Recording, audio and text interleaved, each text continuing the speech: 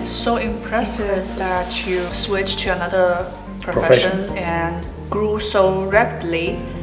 And so as the CEO of the company, and I know a lot of parents wanted to choose toys for their kids, how do you evaluate a toy, or what's a good toy in your mind? Do you have the standards for that? How to say, the toy should engage the child. The toy, as I often say, should have an open end. The outcome is not relevant. And that's important for a toy. The toy doesn't give the answer. The toy is engage or question. And then the child try to find out. And that is the most important when we develop a toy. It's open-ended and is kind of keep interesting for a child. So sometimes people say, oh, your toys are expensive, for example. I say, if a child play 100 hours with my toy, and you count it by hours, you will know how cheap it is. And I don't like the word cheap, but how efficient it is. So when you buy a toy for $1 and the child doesn't play for 5 minutes or it doesn't bring him any benefit, it's a waste and it's not sustainable. But if you have a good toy and you can pass to the next generation, even if it costs $100, it may have a value. And this is what I also try to create, to say it should be open-ended.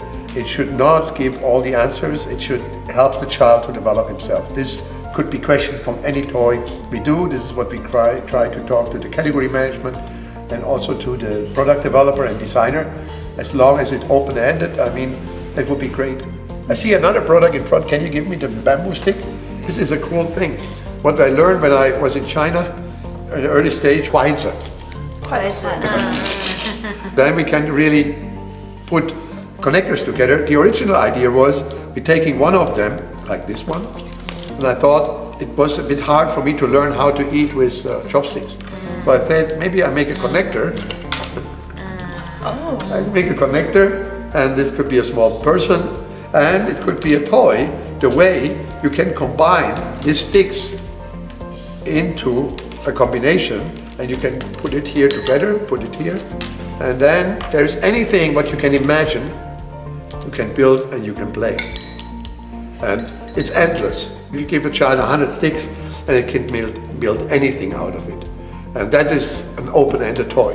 And it's also sustainable. It's out of, the Chinese call it maozu. It's out of bamboo and rubber. So you mentioned you use sustainable materials for toys. I think it's interesting that many toys of Hape are made of by wood. And this one is made by bamboo. Do you have the preference for the materials used for the toys? As much nature as possible. We also just invest in Portugal in a cork company. We also take only the skin from the tree, the cork.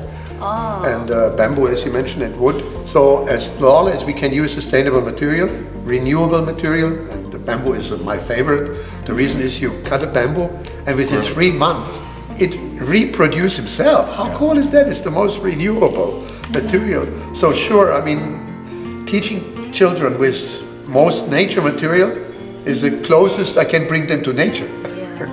I mean, not everybody have the chance to sit in this beautiful environment here, being connected to the nature, but through our toys with organic cotton or bamboo or wood or cork, we can bring them the nature as close as possible to their home.